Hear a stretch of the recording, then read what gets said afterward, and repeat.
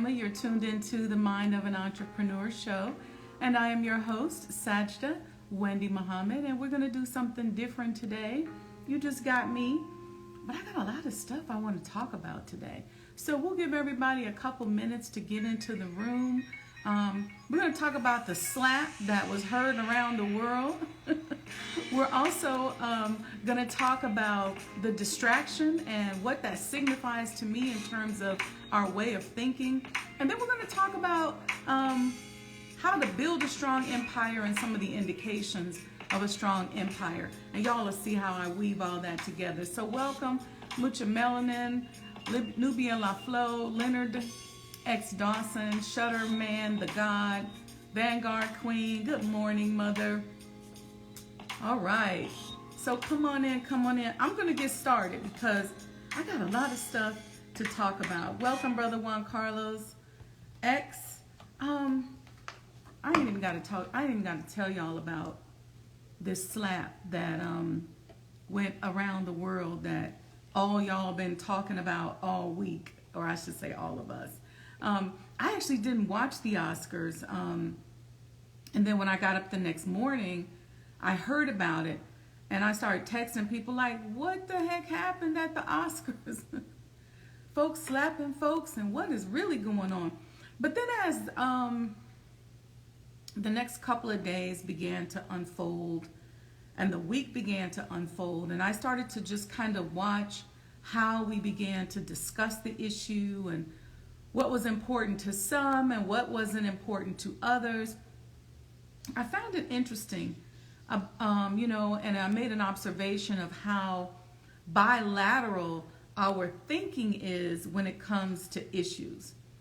And we're like, everybody's like, going through, they're talking about the slap, they've already got memes out, they're already reenacting it. But I was like, wow, we are so caught up into what I talked about on one of my other Mind of an Entrepreneur shows, is that we're just bilateral thinkers, right? We pick a side, and we've been taught to think like this for a very long time.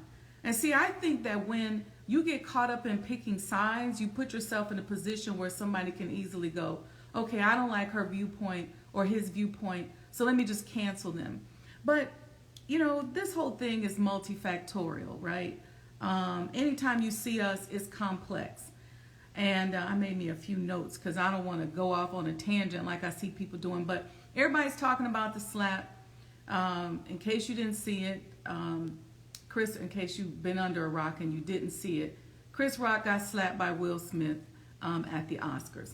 Okay, I'm just saying it like that because you can Google that. You should not be that out of it that you don't know what happened. But it's interesting because I saw some people jumping on the side of being against Jada because of the entanglement history and that whole shaming piece. I saw some people talking about the meltdown of several black men most recently in the public. I saw people talking about the fact that black men cry with their fists. I saw some people talking about the state of black comedy. Is it too much? I saw people talking about that. I saw some people saying, well, good, he was defending his woman. People were talking about the fact that it was an open slap versus a fist or a punch. And y'all know in our community, you don't disrespect us, you don't use the N-word, you don't slap us, you don't spit on us, and you don't talk about our mama. So it was just the ultimate disrespect, some people are saying. But why do we feel like we have to take sides? And why do we feel like we got to figure out which one of these issues is important to us, jump on that bandwagon and stay there? Why can't we look at this as critical thinkers and say, it is multifactorial, and maybe 5 or 6 things can be true all at once? Why can't we look at that? Why do they say to us, okay, you got to pick Martin Luther King or Malcolm X? Is it the entanglement or the joke? Is it the alopecia or some past history? We're always forced to make a choice. And when you see us, a lot of times on all these shows, you see us landing on the side and making a choice, as if 2 or 3 or 4 or 5 or 6 things can't be true at once. And one of the things that I want to say is that, y'all, this is a distraction. It's okay to talk about the slap, but we're getting distracted. We just embarked upon what some people are calling World War III. We are staring the fall of the dollar in the face. We are standing in the middle of the fall of America. We're watching the dismantling of the petrodollar. White America has the flu, and black folks, we over here on life support.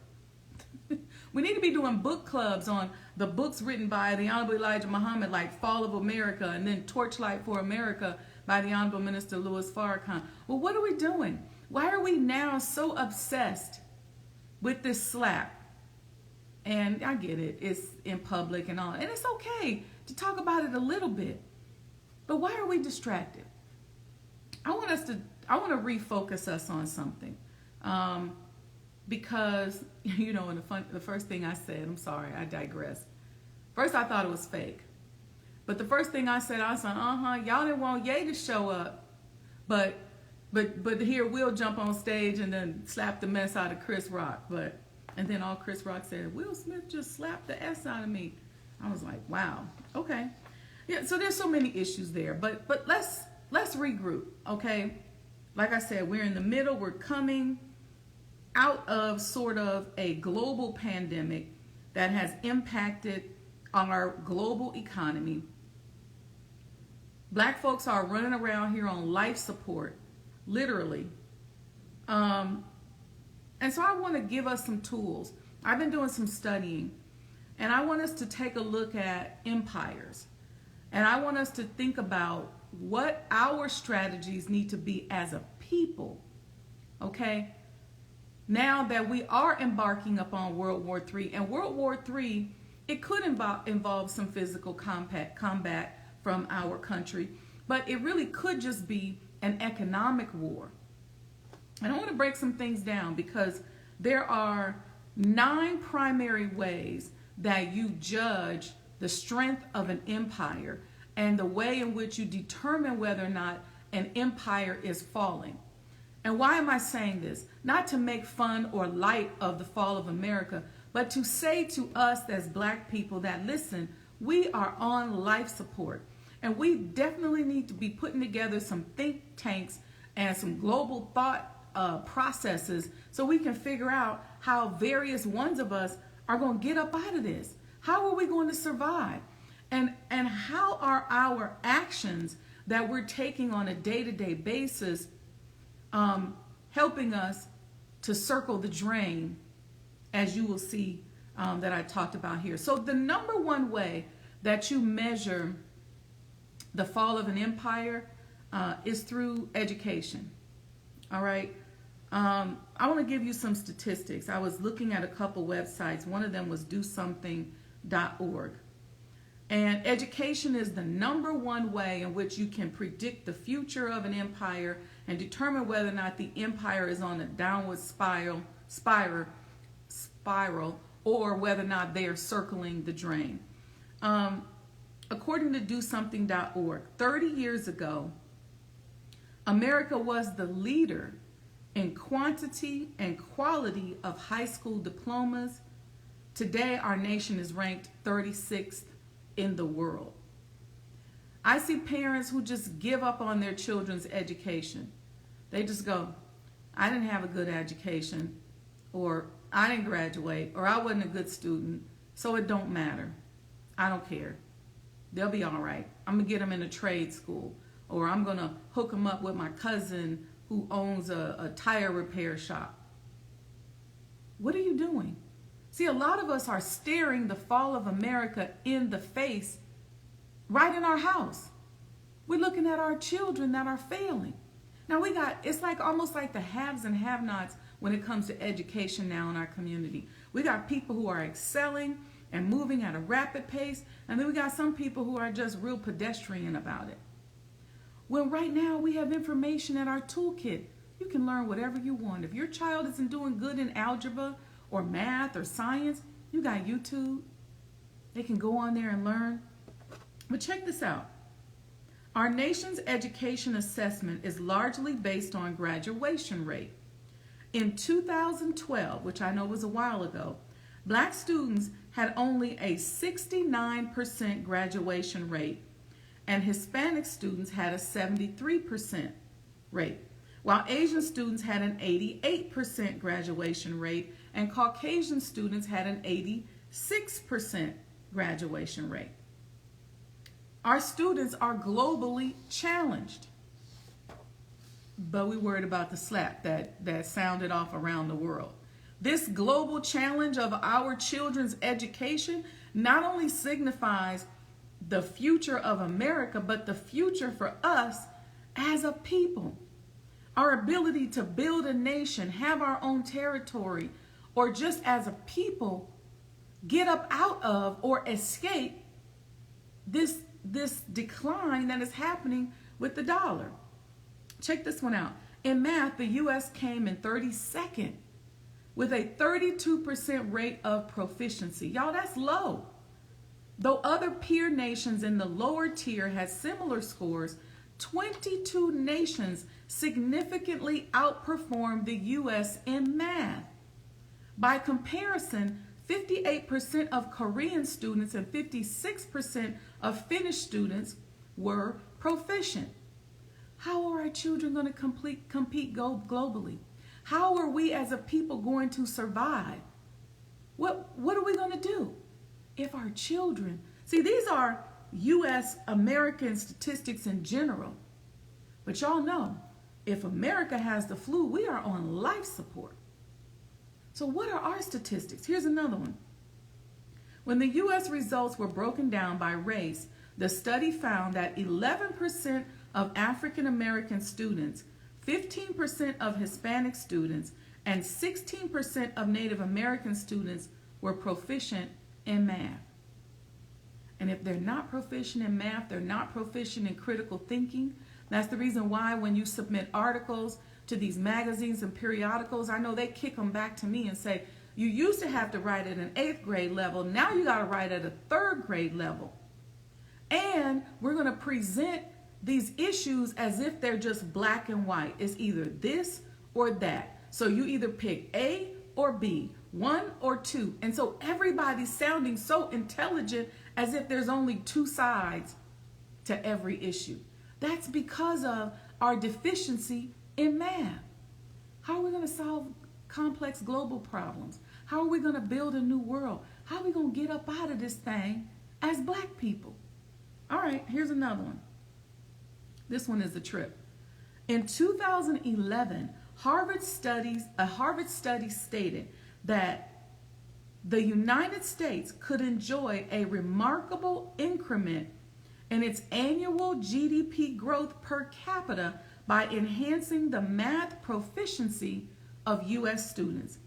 Increasing the percentage of proficient students to the levels attained in Canada and Korea would increase the annual U.S. growth rate by 0.9 percentage points and 1.3 percentage points, respectively. So while y'all thinking, oh, well, it's just the black children that can't read, or it's just the Hispanic children that can't do math, or the black students that can't solve complex mathematical problems, or who can't critically think, this is impacting the gross domestic product of the entire country. It is impacting our ability as a nation to compete globally. It is impacting our ability as black people, as black conscious people, to develop separate territories and areas where we can have our own. This is impacting us. But we're worried about the slap. Okay, the second statistic, or the second measure or metric that you use to determine the strength of a nation or the strength of an empire, is its inventiveness and technology. Some people say, okay, well, we're doing all right in the technology field. Are we? Are we really? How many of us just know basically how to work our phones? How many of us are encouraging our children and are people who are inventors to create things, to use technology to take our businesses to the next level. Inventiveness and technology. See, we talk all the time during Black History Month about the newly discovered Black inventors and the newly discovered Black people who were influencers and iconic. We talk about that all the time when you hear me talking about preserving and monetizing our history, just like we're doing with the Honorable Elijah Muhammad House. But how many new inventors do we have? It seemed like right up out of slavery, we was inventing all kind of stuff. But somehow we fell off. And it is many of our inventions that have been monopolized, that have been scaled and expanded and traded, that have impacted the GDP of the United States. But now, it's like as Black people, we ain't inventing. I'm not hearing it. I'm not hearing us inventing anything. Maybe every once in a while. But where's our inventiveness and our technology? Here's the third way in which you judge or you can measure the competitiveness of a country or an empire, is their competitiveness in global markets. The U.S. once dominated the manufacturing world. Coming out of the Second World War, the U.S. was supreme. She was the king of production. By the turn of the millennium, the U.S.'s global domination in mass-scale industrial production technology and efficiency was lost. Long-standing issues culminated between 2000 and 2010 when the U.S. lost 1/3 of its manufacturing jobs. Okay, that says a lot for our ability to compete on a global scale. Here's another statistic about that. The trade deficit is one of several factors contributing to the manufacturing decline in the U.S. Some factory jobs have shifted overseas to countries where labor costs are lower, and the rise of automation has meant fewer workers are needed for certain tasks. You don't have to go very far. You don't have to read no study. You know that we're losing our competitiveness on a global market. And if America has the flu, Black folks are on life support. So how do we decrease that gap? The next metric that you use to judge a country or an empire is their share of world trade. We are no longer the world's largest trader. We just said we're not inventing a lot of things. We're not manufacturing any things. We don't really make a lot of stuff here in the U.S. anymore. So if we need things from a country that we're into it with, who's going to suffer? Those who don't have access to those goods and services. The U.S. is the world's second largest trader at 11.5% of total trade, followed by Germany at 7.7%. The value of China's exports and goods annually surpass the amount it imports from the rest of the world. In 2018, China exported 2.49 trillion in goods, but it imported 2.13 trillion. So in other words, they are manufacturing, making, scaling, and trading more than they're buying from other countries. So we hear all the time, buy Black Muslim, let's support one another. But we slapping each other, not just on the Oscars, but on cabaret shows and on reality TV shows. We fighting and clowning. But see, those relationships have a lot to do with how we can increase our impact globally as a people. We got brothers and sisters on the continent, and if we begin to produce and unite and forge relationships, how much of a difference will that make? And will it help us as a people to be able to survive when all of a sudden maybe certain goods and services are unavailable or you just can't get them in our neighborhoods. Listen, since the beginning of the 21st century, growth in many developing markets has continued at a rapid pace, and the U.S. share of the global economy has decreased as a result. So as these other countries figure out how to be united and figure out how to invent and figure out how to advance themselves in technology, what that is doing is it's taking away from the global or world market percentage share that the U.S. enjoys. So while we over here worried about a slap, leaving everything up to somebody else, folks are inventing, they're uniting, they're getting along with us, they arguing over whether or not it's okay to defend your woman or whether or not you should be open slapping somebody. See, this is a consciousness issue that we're dealing with. And I'm not trying to sound self-righteous because it was funny to me. I've been talking about it and I've been laughing at the memes myself. But I'm saying, let's start focusing on what we really need to be focusing on. Okay, check this out. Until 2005, the U.S. still accounted for 28% of the global GDP. But the global financial crisis left a big dent, and its share fell to 23% by 2010. It has since remained relatively stable at 24%. Okay, let me go on to the next one. The next way you judge the strength of a nation or the strength of an empire is by its military strength.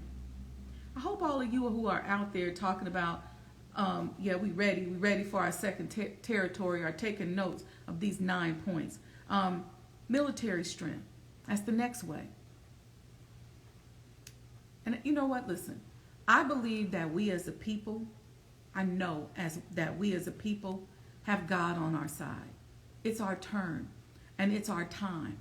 But if we have to start taking a step in the right direction so that God and all that infinite wisdom, that inspiration to invent, to create, to move to that next level can find a resting place inside of us. But we worried about the slap. We've been talking about it for 24 hours a day. So military strength is the next one. The next one is the power of their financial center. So you want to look at that country's empire, their empire by how strong their financial center is. And you also want to make sure that as you're building and developing that your financial center is strong. This is another big one, and I want to put some emphasis on this one. The last one is strength of their currency. Okay?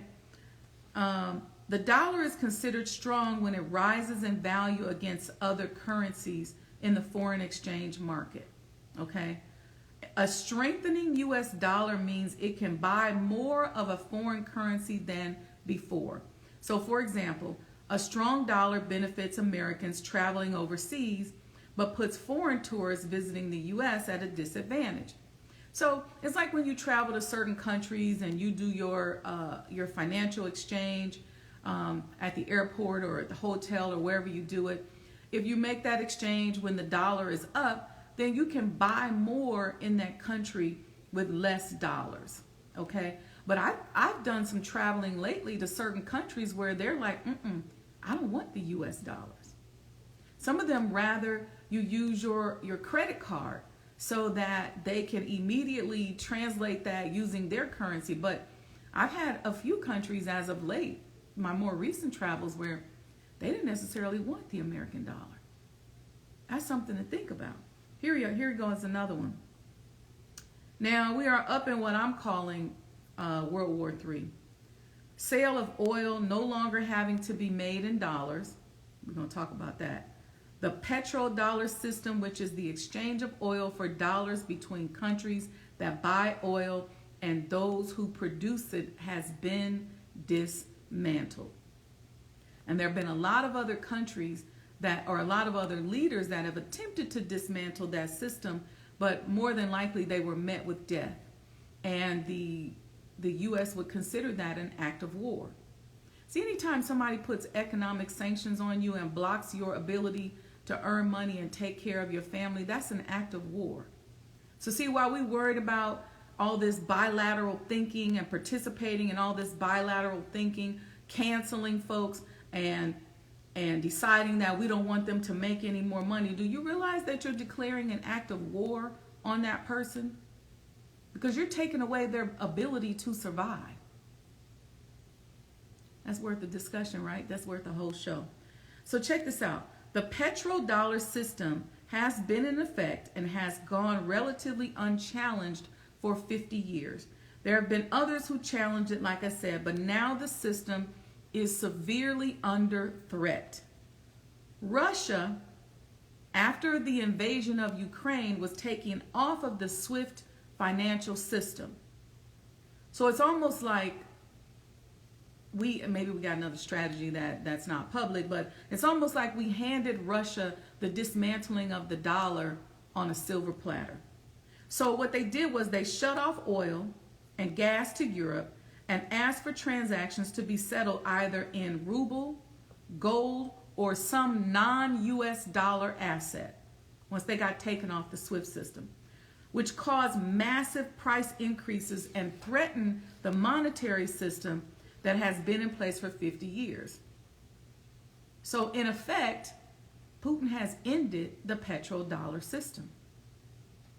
Russia and China have exited from the SWIFT system, which could be considered an act of war. Now they are free to trade their oil with the highest bidder in the currency of their choosing. And they are the third biggest oil producers. That's why the gas prices, or one of the reasons why the gas prices are going through the roof. Other countries are talking about selling their oil in non-dollar currencies. So they can offer deep discounts for countries who do not use dollars to purchase oil. So now you're watching the fall of the dollar right before your eyes. You're watching the fall of America in the face of these children we're not educating, but we're also watching the fall of the dollar right before our very eyes. But we're being distracted by folks slapping each other. Okay, I can go on and on, but what does this mean? Yes, Will slapped Chris. He did. But y'all, this is a distraction. It's a real distraction. What we're debating over is something so trivial. Yes, it's fun. Yes, it's funny. And it's okay. I'm not a self-righteous person. I love to laugh. I laugh. I'm a jokester. Anybody in the chat who knows me knows that I will have you cracking up. I love to laugh. I could see somebody laughing hard and I will crack up. But what are we as a community going to do? What is our strategy? Where are our think tanks on how we're going to combat these 9 metrics which indicate that America is falling or is going to be in trouble or has the flu, and that means Black America is on life support? Does it make sense that maybe we start combing through some of the predictions of the Most Honorable Elijah Muhammad and reading The Fall of America? Does it make sense that maybe we read Torchlight for America, written by the Honorable Minister Louis Farrakhan? See, forget the fact that they told you not to like this person, so now you don't listen to this person or that person, or they told you to discriminate or to be prejudiced against those people, so now you don't listen. But let me tell you something. We have to learn to be critical, independent thinkers. We should be able to extract the truth from wherever we see it. We should be able to recognize the truth. And I know that's part of the problem. We don't know the truth when we see it. We can't even tell the difference nowadays between news and marketing. But we have to be able to create our own operating platforms where we take truths from various different sources and we put them in a platform. We create a think tank and we think about, what are we going to do? Because I guarantee you, if you start combing through some of what the Most Honorable Elijah Muhammad said and predicted in the 50s, 60s, and 70s, it's happening today exactly the way he said it. And maybe had we paid attention, we wouldn't be in a position where we are circling the drain with a country that is now in World War III. And we have more to just think about than the slap that resounded around the world. We are in a serious situation as a country. And as black people, I gotta say it again, if our country has the flu, we are on life support. They've already started predicting that our gross median income will be $0 by a certain year. See, we're setting ourselves up for this huge divide, and that black America would almost be like a third world country. But we can do something about that. We've got technology. Technology can triple the rate at which we progress. We got digital currency. We got digital investments and all kind of things that we need to start looking into to figure out how to finance our future. But first and foremost, we got to stop being lazy. And I know we don't like to hear that, and I know a lot of times we get upset when people say that, but why do I say it's lazy? I say it's lazy because we allow someone to give us an issue. We allow someone to say it's either this or that, pick a side. Or we allow someone to say to us, oh, your child is deficient in math. And we go, okay, get that little baby on YouTube. There's all kind of stuff on YouTube, whatever you want to know. If you yourself are deficient at math or reading, there's something out there that'll help you, that'll teach you. If you want to learn history, if you want to learn science, you can go and learn it on your own. We are in a beautiful position right now in this country in that we have so much information at the tips of our fingertips, at the tips of our hands, or right at our fingertips, I should say. We have so much information, and we can access it pretty much for free. Pretty much for free. We don't have to just rely on a failing educational system to educate our children. We should be in charge of our children. We should make sure that they can compete globally. We should make sure that we can compete globally. That invention that you have in your head, that idea that you have in your head, you should be busy trying to figure out, how do I bring this to fruition? Not only do I figure out how do I build this business, create this invention, but then how do I establish international relationships and begin to scale it and sell it to people around the world? How do I do that? How do I conduct a risk management study on myself and my family? And how do I put together a crisis management strategy for our people? Where's our think tanks?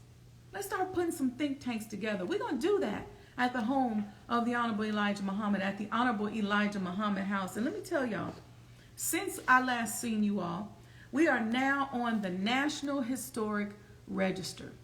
And the beautiful thing is that we don't even really have to reinvent the wheel, because the Honorable Elijah Muhammad met with so many iconic leaders and influencers in just about every industry that you can name in that house.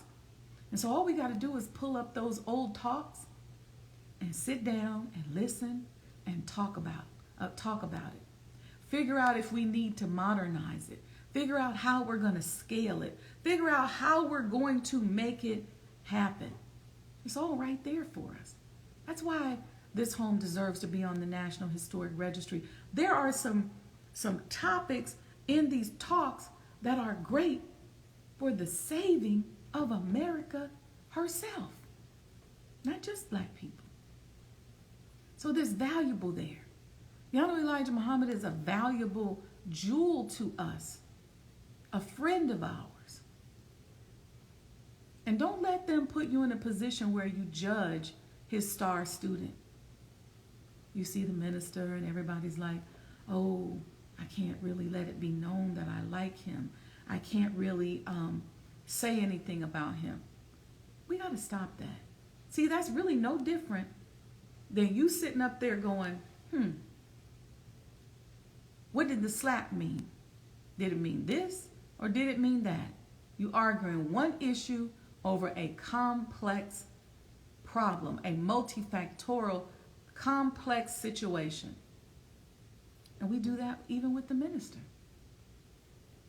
We're talking about a dynamic, diverse, complex man with so much wisdom, with the wisdom that has changed worlds, that has taken many of us from being downtrodden, poor, raggedy, naked. Just look at some of our before and after pictures. What did we look like before we met him? And what do we look like after we met him and start practicing the behaviors? People have gotten off of drugs. They've stopped drinking. Yet other folks go to rehab over and over again and they can't stop that. So this is what I'm saying. Let's learn to critically think.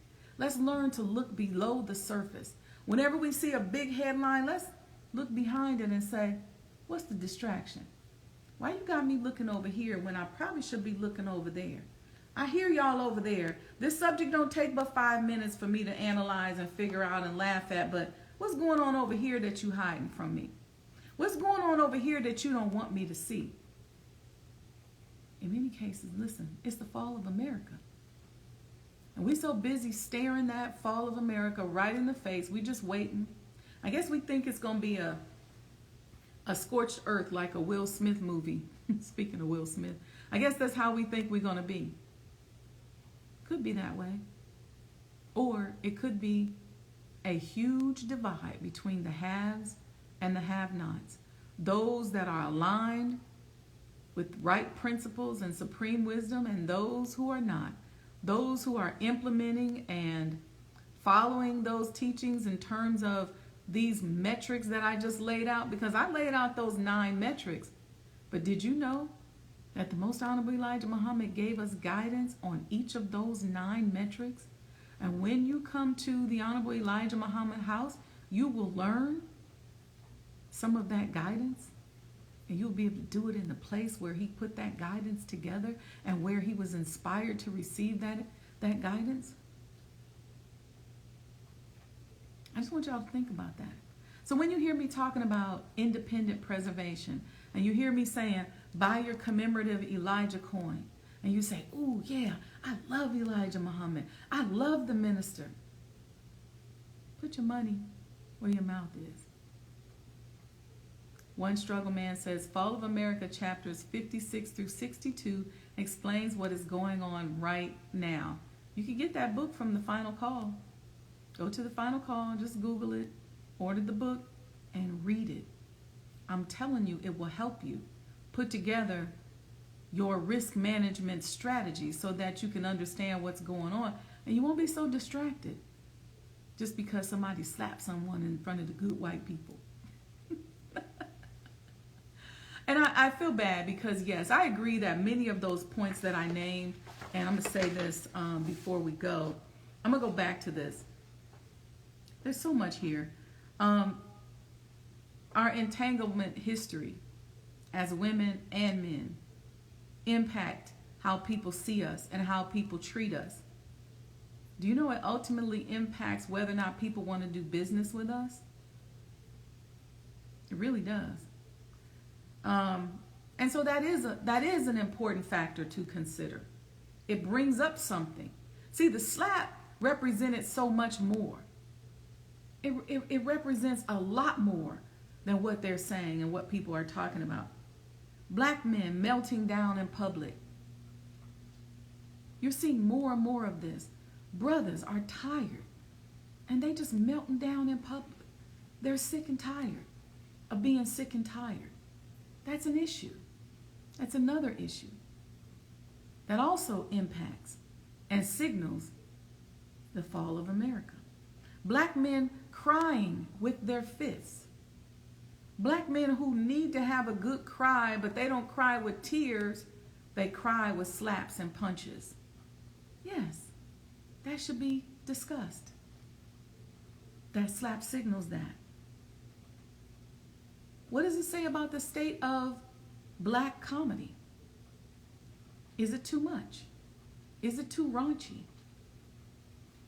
What did the Honorable Elijah Muhammad teach us about jokes and nicknames and making fun of one another? Is there a better way to do comedy other than talking about each other? Especially now when people are sensitive and people are having public breakdowns. It's a topic that needs to be discussed. And then there's the idea of a black man defending his woman. I know I felt some of that. I kind of felt something in my soul, like, especially when Cory Booker defended Ketanji Brown during her Ketanji Brown Jackson during her confirmation hearings for the Supreme Court to become a Supreme Court justice.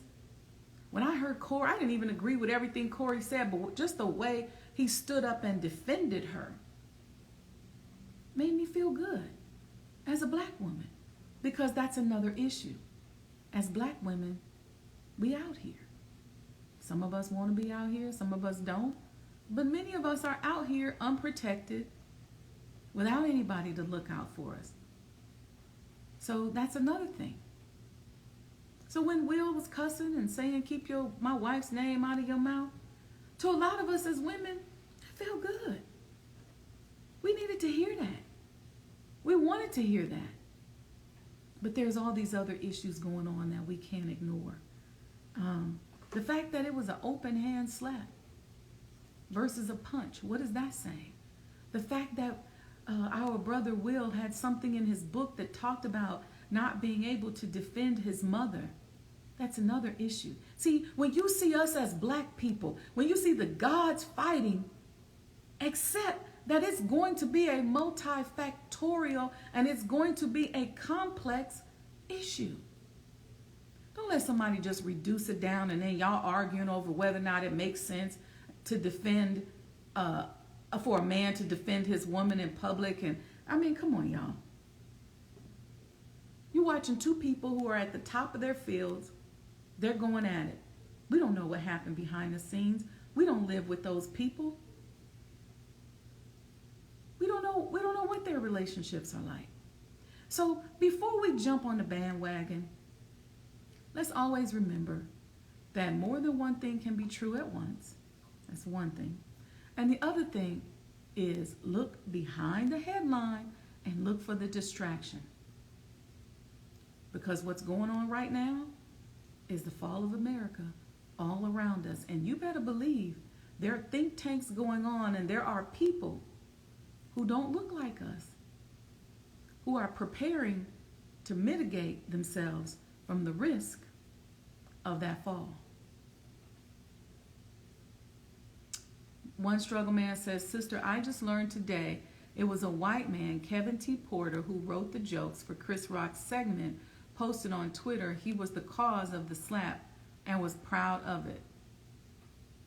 Well, they already know the formula. They already know the formula.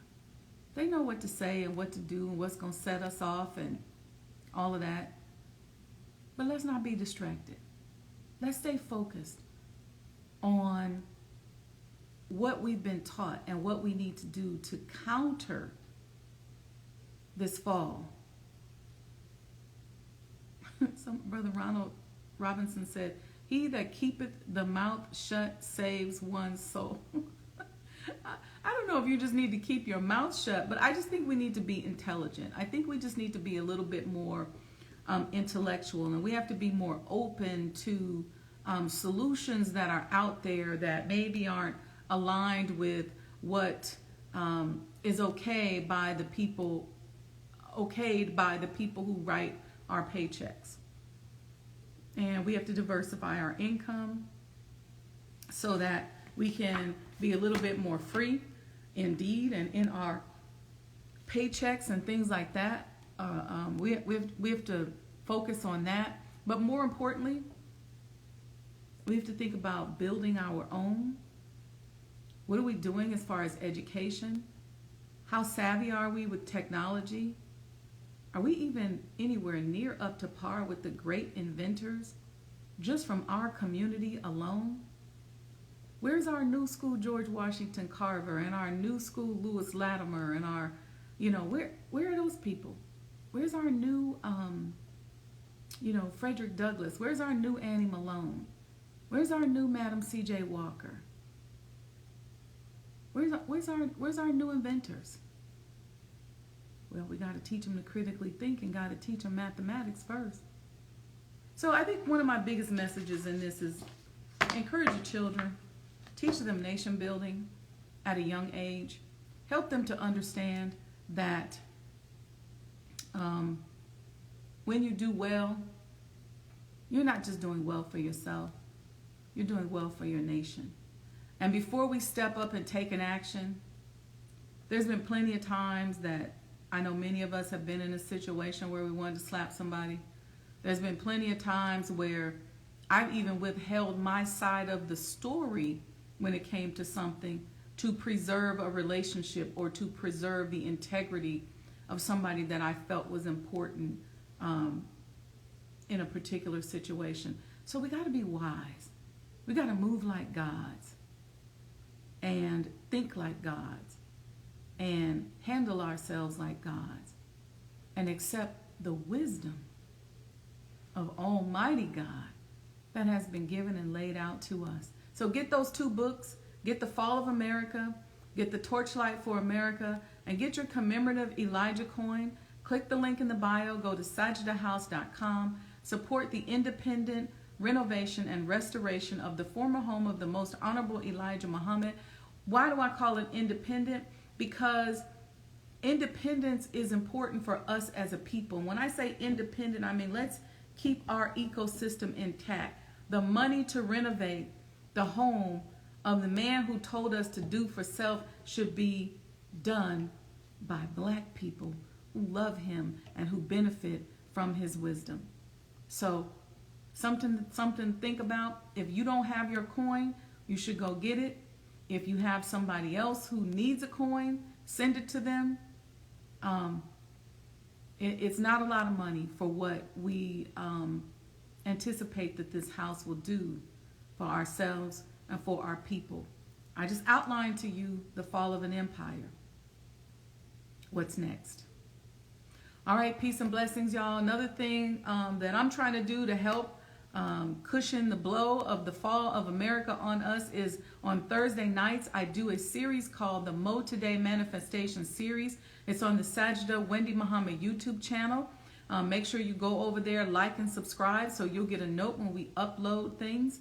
But tomorrow night's class, we're going to be talking about controlling our desires and cravings and just understanding our desires and cravings and how to put them into the scheme of things, into the scheme of the overall scheme of things when it comes to building our businesses. Because one of the biggest challenges that we have when we build our business or when we get grant money and stuff like that is to just do what we want to do with it. Okay? The discipline comes in not when somebody's trying to get you to do what you don't want to do. The discipline comes in when they're trying to coax you along and you want to do it. That's the hard thing. Okay? And we just have to know what to do, how to move around, and how to think. That's the important thing. And we can all benefit from a tweak in our thinking. I learned a long time ago that the more you study, get you a coach, don't be afraid to change. And so we offer that. I offer that on Thursday nights, 7 p.m. Central Time, the Mo Today Manifestation Series, because the idea is I want to help us take our ideas from our minds to the physical world so that we can truly get up and do something for ourselves. We got a God that's backing us as a people. We just got to get up and do it. There's no spook God. So if we're just sitting on the couch chilling and we're not doing anything, we can expect to circle the drain as these metrics that I just listed out here continue to decrease. All right, y'all. Peace and blessings. We're gonna end a little early today. and give you back some of your day. It's warm here in Chicago, so I'm excited to go and get outside. All right, so peace and blessings, family. Love you all. See you all tomorrow night on the Mode Today Manifestation Series on the Sajdah Wendy Muhammad YouTube channel. Peace and blessings, and don't forget to go and get your coins. Sajdah House, SajdahHouse.com. Peace and blessings.